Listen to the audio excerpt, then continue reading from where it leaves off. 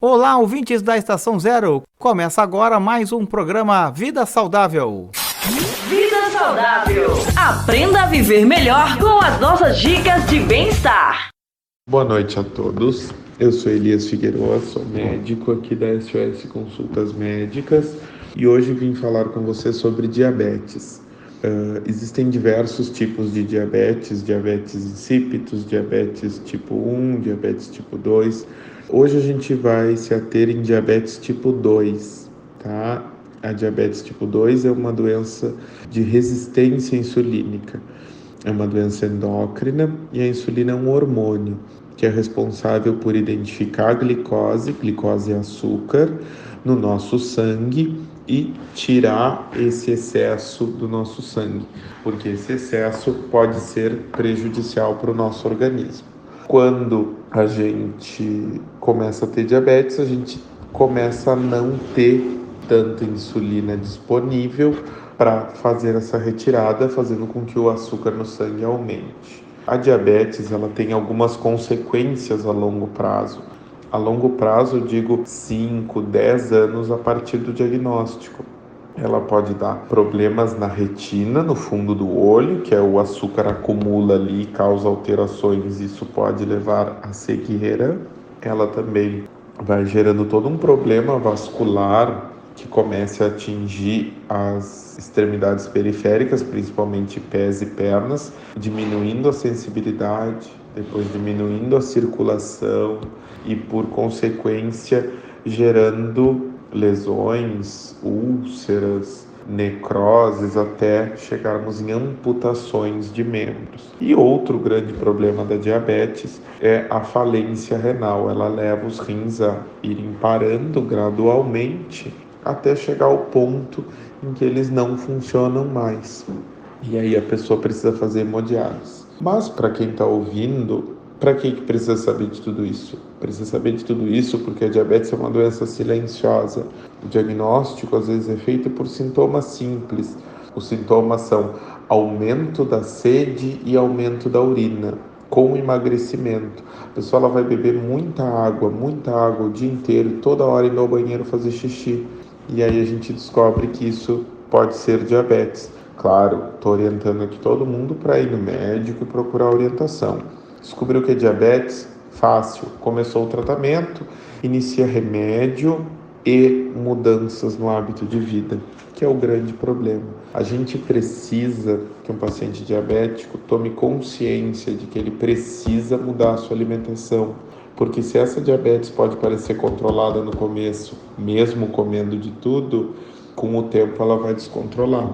E aí o remédio não vai conseguir compensar, a gente vai ter que partir para outras alternativas, como a insulina, outros tipos de remédio.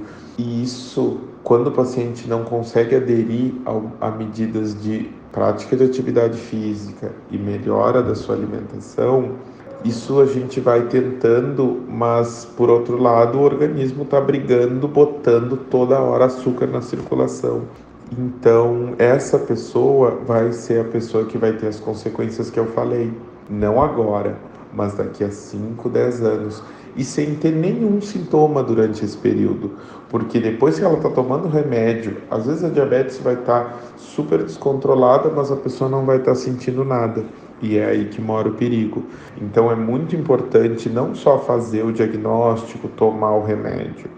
É importante fazer revisões médicas periódicas, ter controle dessa diabetes e mudar os hábitos de vida. As mudanças de hábitos de vida incluem a prática de atividades físicas regulares para ajudar, isso ajuda muito a diminuir a resistência insulínica, assim como a diminuição da ingesta de açúcares. E açúcar não é só o açúcar doce, tem os carboidratos que no final das contas também são tipos de açúcar.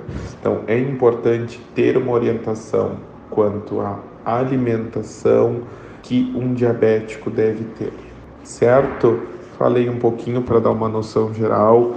Quem tiver diabetes ou quem tiver sintomas de diabetes, procure o seu médico para mais orientações ou procure qualquer profissional da saúde que ele pode direcionar vocês para o médico para isso. É importante acompanhamento também com um nutricionista nesses casos, certo? A SOS segue à disposição, eu estou aqui se precisarem. Tenham todos uma ótima noite. Vida Saudável.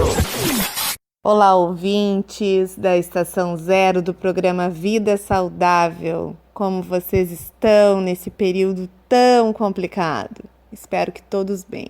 É um prazer estar aqui novamente. Meu nome é Viviane Braz, eu sou nutricionista clínica e esportiva. Hoje o nosso tema será alimentação anti-inflamatória. Você já ouviu falar nisso? Você sabe que o alimento tem esse poder anti-inflamatório? Então, isso é um momento em que a gente vai fazer um resgate muito grande dos alimentos que a gente já tinha no dia a dia e acabou retirando por algum motivo. Vamos lembrá-los de forma bem simples, de forma bem clara, para que você possa, quem sabe, voltar a usar esses alimentos ou intensificar o uso. E vamos falar um pouquinho sobre os alimentos base quando a gente vai cozinhar, que a gente fala do alho e da cebola. São alimentos extremamente anti-inflamatórios e antioxidantes, porque a alicina e a liina presentes no alho são alimentos que são protetores do nosso trato digestivo e também ajudam a melhorar a absorção de muitos nutrientes, além de proteger também toda a nossa parte de imunidade.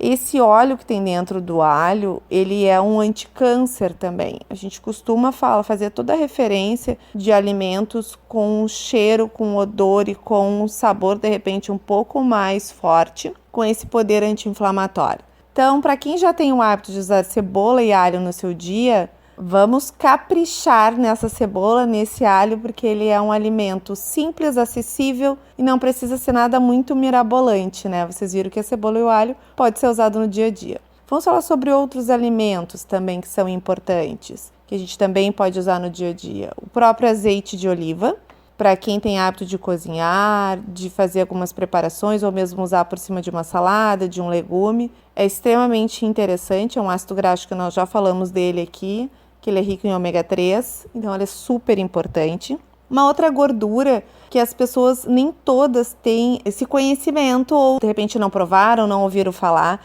Você já ouviu falar em gordura ghee? Manteiga ghee? Então, ela é uma manteiga clarificada, ela é feita a partir de uma manteiga comum. Eu sempre peço para as pessoas comprarem, por exemplo, para fazer a manteiga ghee, 2 tabletes de manteiga comum, sem sal, tá? De boa qualidade. Como é que você vai fazer o preparo dela? Eu vou depois colocar essa receita lá no meu Instagram, quem quiser entra lá e dá uma olhadinha, tá? Viviane Braz Nutrição Clínica. Então, você vai colocar esses 2 tabletes numa panela com fundo grosso, baixar um pouquinho o fogo e deixar ela derreter, sem ferver.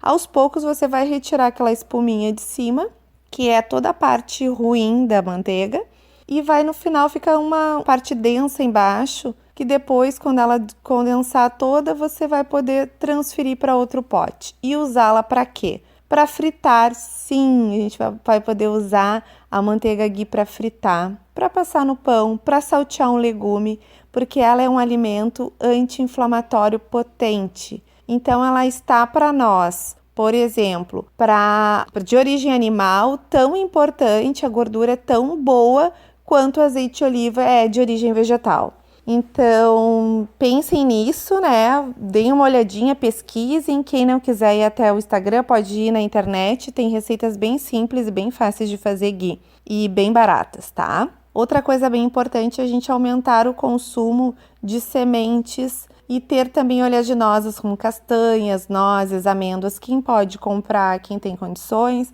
é legal introduzir esse alimento, claro que não em grande quantidade, mas colocá-lo no dia a dia. Peixes são alimentos antioxidantes, também anti-inflamatórios. Então, tudo que a gente falar em alimento para desinflamar a gente, para diminuir o nosso processo inflamatório, ele vai estar protegendo a nossa imunidade, o nosso sistema imunológico. Todos os alimentos arroxeados, vermelhos, presentes na natureza, também são alimentos anti-inflamatórios, potentes anti-inflamatórios. Morango, a própria beterraba, Enfim, vários alimentos que você pode usar e alimentos ricos em vitamina C. Por exemplo, como o pimentão colorido, né? Todos os pimentões, a laranja, época de bergamota, rica em vitamina C também, o morango também é. Enfim, todos esses alimentos são alimentos potencialmente anti-inflamatórios, tá? O importante no dia é ter variedade. Então, você viu que você não precisa viver com alimentos caros ou ter um custo mais alto para ter uma saúde bacana. O meu cuidado aqui com vocês é sempre trazer uma informação completa, o mais completo possível, para que você possa fazer a sua escolha e proteger a sua saúde, tá bom? Espero que vocês tenham gostado. Um abraço em todos, espero que todos estejam bem. Um beijo e até a próxima. Vida Saudável. Olá a todos os ouvintes da Estação Zero. Mais uma vez juntos vamos seguir investigando o processo de aquisição da linguagem. Eu sou Mirna Cristiane Cassis, psicopedagoga, mediadora escolar, mediadora domiciliar, especialista em desenvolvimento humano a partir da infância. Hoje nosso tema é avaliação dos problemas da linguagem. Então, sabemos que a linguagem é o ponto de partida para avaliar como está o desenvolvimento global da criança. Mas a pergunta é: quem pode fazer a avaliação dos problemas de linguagem? Em primeiro lugar, é importante lembrar que os pais são os primeiros a perceberem que algo não vai bem. É quase instintivo, porque a linguagem humana é elaborada desde a vida intrauterina. Nós já falamos sobre isso aqui. Então, quando não somos correspondidos na emissão da nossa linguagem, percebemos que algo se perdeu nessa comunicação. Logo, os pais, que são as pessoas mais envolvidas com o bebê, são os primeiros a fazer a avaliação. Mas existem os profissionais capacitados para fazer essa avaliação no nível técnico. Quem seriam eles e como buscar essa ajuda? É sobre isso que nós vamos falar hoje. Quem é esse profissional que avalia, afinal? Quando a criança ainda não está inserida na educação infantil, é o pediatra ou o clínico geral que encaminha para o neuropediatra, fonoaudiólogo, psicólogo ou neurologista, dependendo do caso. Quando a criança já é escolarizada, uma psicopedagoga clínica pode ser chamada para investigar, caso a escola não tenha uma psicopedagoga no quadro de funcionários. Geralmente tem. Nos dois casos, porém, a psicopedagoga clínica está apta a avaliar. Lembrando que ela não fará um laudo. Ela vai avaliar e vai fazer o encaminhamento para o profissional que vai dar prosseguimento à avaliação até que ele possa expedir um diagnóstico ou um laudo. E com relação ao laudo, há casos que vão precisar ser investigados novamente para, assim, expedir-se outro laudo. Neste aspecto, a observação tanto dos pais quanto dos cuidadores é de fundamental importância. E aqui eu quero fazer uma nota especial para parabenizar a todas as professoras de educação infantil, porque são elas que muitas vezes identificam que algo não vai bem com o desenvolvimento da criança. No universo de 20 ou 30 crianças, fica muito fácil se perceber a diferença. Fica fácil identificar que cada ser possui sim suas características próprias. Cada ser é único, singular, e a educação pode sim ser pensada levando-se em conta a neurodiversidade. Uma vez identificada a diferença, aí é necessária uma investigação aprofundada.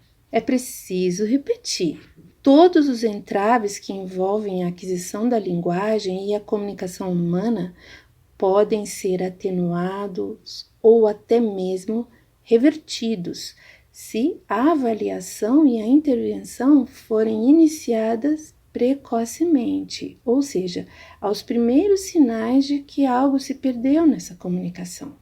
Eu espero poder ter esclarecido este ponto que é de extrema importância quando se trata de desenvolvimento humano desde a infância. Para saber mais, ou se surgirem dúvidas, basta que você acesse lá minha página no Instagram, @mirnacristiane, e clicar no aviãozinho, deixando ali a sua pergunta. Eu fico por aqui, deixando a minha gratidão enorme a toda a equipe da Estação Zero Rádio Web e a todos os ouvintes do programa Vida Saudável. Um grande abraço e até a próxima!